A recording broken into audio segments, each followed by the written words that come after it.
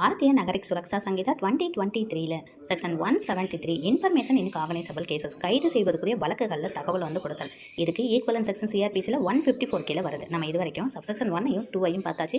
இப்போ சப்செக்ஷன் 3 வந்து பார்க்க போகிறோம். சப்செக்ஷன் 3ல வந்து ப்ரொவிஷன்ஸ் ஒன்று கொடுத்துருக்காங்க. என்ன அப்படின்னா வந்து பிஎன்எஸ்எஸ்ல வந்து செக்ஷன் 175 எதை பற்றி வந்து சொல்லுது அப்படின்னா, ஒரு காகனைசபிள் அஃபென்ஸ் வந்து நடந்திருக்கு அப்படின்னா அந்த நடவடிக்கையில் வந்து விசாரணை செய்யக்கூடிய அந்த இன்வெஸ்டிகேஷன் ஆஃபீஸருக்கு வந்து இருக்கக்கூடிய அதிகாரத்தை பற்றி வந்து சொல்லுது.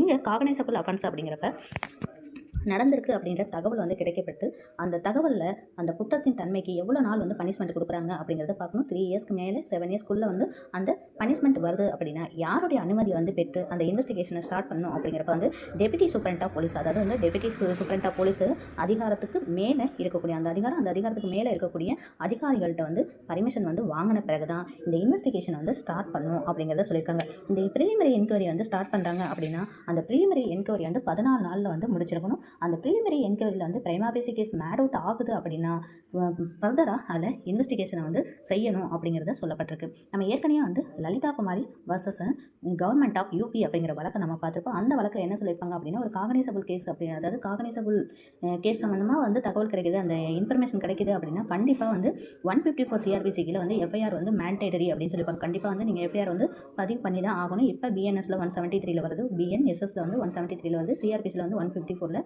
கண்டிப்பாக எஃப்ஐஆர் வந்து நீங்கள் ஃபைல் பண்ணணும் அப்படின்னு சொல்லியிருப்பாங்க. அதுக்கப்புறம் தான் நீங்கள் ப்ரிலிமினரி என்கொயரி வந்து ஸ்டார்ட் பண்ணணும் அப்படின்னு. அதுலேயே வந்து சில கைட்லைன்ஸும் கொடுத்துருப்பாங்க. என்னென்னா, சில வழக்குகளில் நீங்கள் ப்ரிலிமினரி என்கொயரி முடிச்சுட்டு அதுக்கப்புறம் வந்து அதில் பிரைமா பேசி கேஸ் மேட் அவுட் ஆனதுன்னா நீங்கள் எஃப்ஐஆர் வந்து போட்டுக்கலாம் அப்படின்னு சொல்லியிருப்பாங்க.